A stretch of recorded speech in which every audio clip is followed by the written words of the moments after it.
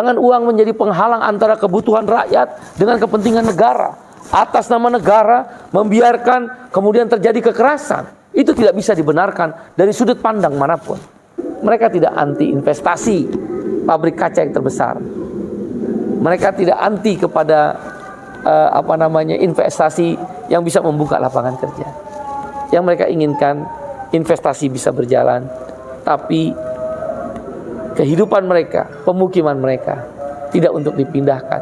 Karena kalau dipindahkan sekolahnya bagaimana, mata pencarian mereka yang melaut bagaimana, mata pencarian mereka yang bertani bagaimana.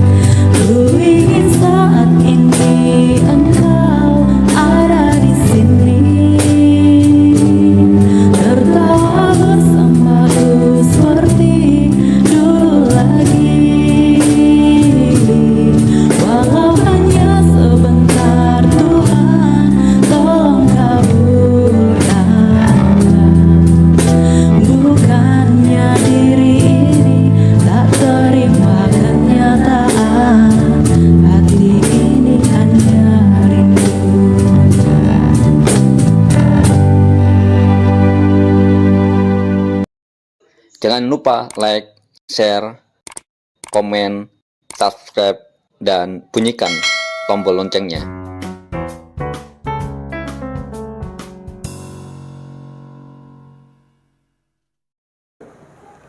Assalamualaikum warahmatullahi wabarakatuh. Shalom, Om Swastiastu, nama budaya, salam kebajikan. Semoga kita selalu dalam keadaan sehat walafiat, sesuai doa dan salam agama kita masing-masing. Sahabat seperjuangan di seluruh penjuru tanah air, pelosok-pelosok negeri, nun jauh di sana, Indonesia yang kita cintai. Belakangan dalam 2 minggu terakhir ini, kasus Rempang, satu tempat di kota Batam, Kepulauan Riau, provinsinya, mencuat sampai tingkat nasional. Bagaimana orang suku Melayu yang sudah ratusan tahun, dari 1800-an tinggal di tanah itu, hadiah dari kesultanan yang berkuasa saat itu, karena telah berjuang mempertahankan Republik Indonesia melawan penjajahan Belanda, digusur dan ingin direlokasi oleh pemerintah, dalam hal ini pemerintah kota Batam, Badan Otorita Batam, Badan Pengelola Batam, dan juga para menteri yang ada di pemerintahan pusat. Rakyat melawan. Rakyat tidak tinggal diam. Mereka bertahan terhadap tanahnya. Saya teringat satu orang yang sangat terkenal di dunia, yang bernama Adam Smith, bapak ilmu ekonomi klasik. Kalau bapak ilmu ekonomi modern ada Keynesian.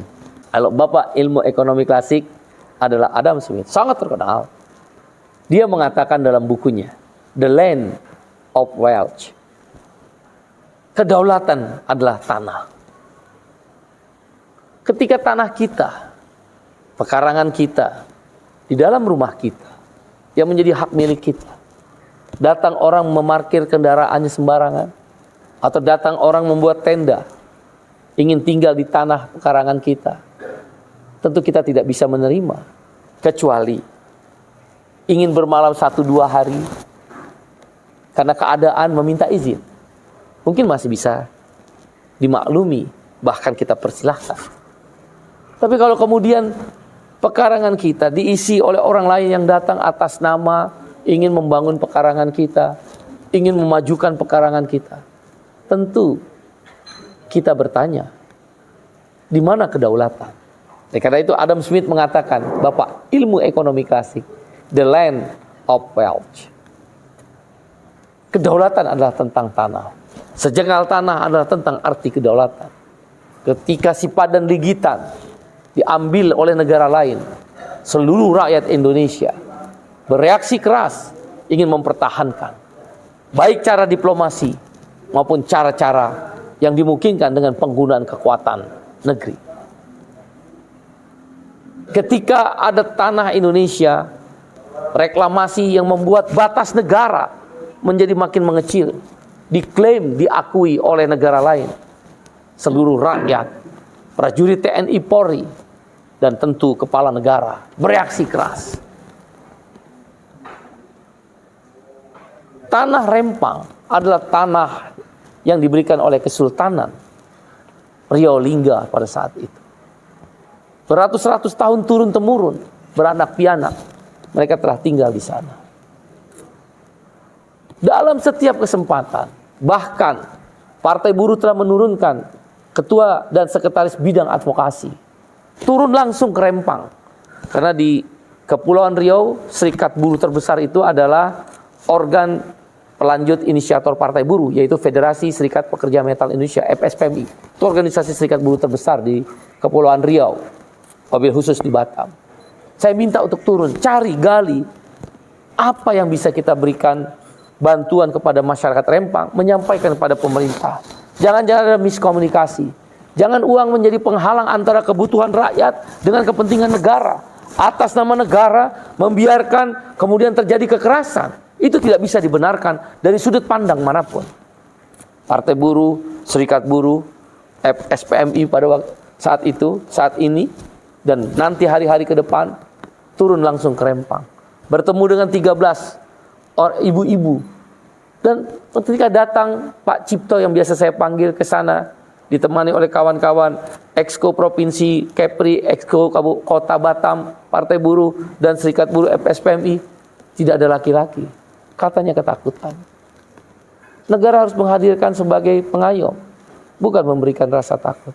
Hak hidup, hak terhindar dari rasa takut, hak untuk mendapatkan pekerjaan yang layak, hak untuk mendapatkan pendapatan yang layak, dan hak-hak dasar lain dijamin oleh konstitusi negara dan juga oleh hukum internasional. Rakyat Rempang tidak boleh diintimidasi. Rakyat Rempang bisa diajak untuk berdialog. Rakyat Rempang tidak boleh direlokasi atas nama apapun, sekalipun investasi. Rakyat Rempang, the land of wealth, dia adalah kedaulatan tentang rakyat Rempang. Dalam pertemuan investigasi langsung kepada masyarakat, para masyarakat yang ditemui setuju investasi. Mereka tidak menolak pabrik kaca yang katanya terbesar di dunia nomor 2. Mereka tidak menolak. Berulang-ulang mereka mengatakan, kami tidak menolak Bapak. Kami tidak melawan pemerintah Bapak. Kami tidak akan menghambat investasi Bapak. Kalau perlu, di situ ada istilah jembatan 1, jembatan 2, jembatan 3 sampai jembatan 6. Ada 6 jembatan, nama istilahnya. Itu di seberang jalan di mana pemukiman untuk petani dan pemukiman untuk nelayan, biarkanlah. Bangun tembok untuk pembatas dengan kawasan industri ini. Tembok yang tinggi yang kami tidak bisa datang. Tapi kami ingin hidup beranak pianak dan sampai kapanpun. Yang tidak ada kaitannya dengan pembangunan ini. Karena ini tanah kami. Dan investasi silakan masuk. Toh nanti anak kami yang bersekolah, kata mereka, para ibu dengan berlinang air mata, akan bekerja di pabrik ini. Tidak ada penolakan terhadap investasi. Yang ada adalah melawan kekerasan dan arogansi negara. Arogansi para menteri dan pejabat-pejabat birokrasi. Bukankah Bapak Presiden Jokowi sudah mengatakan, lakukan dialog dan komunikasi yang lebih intens.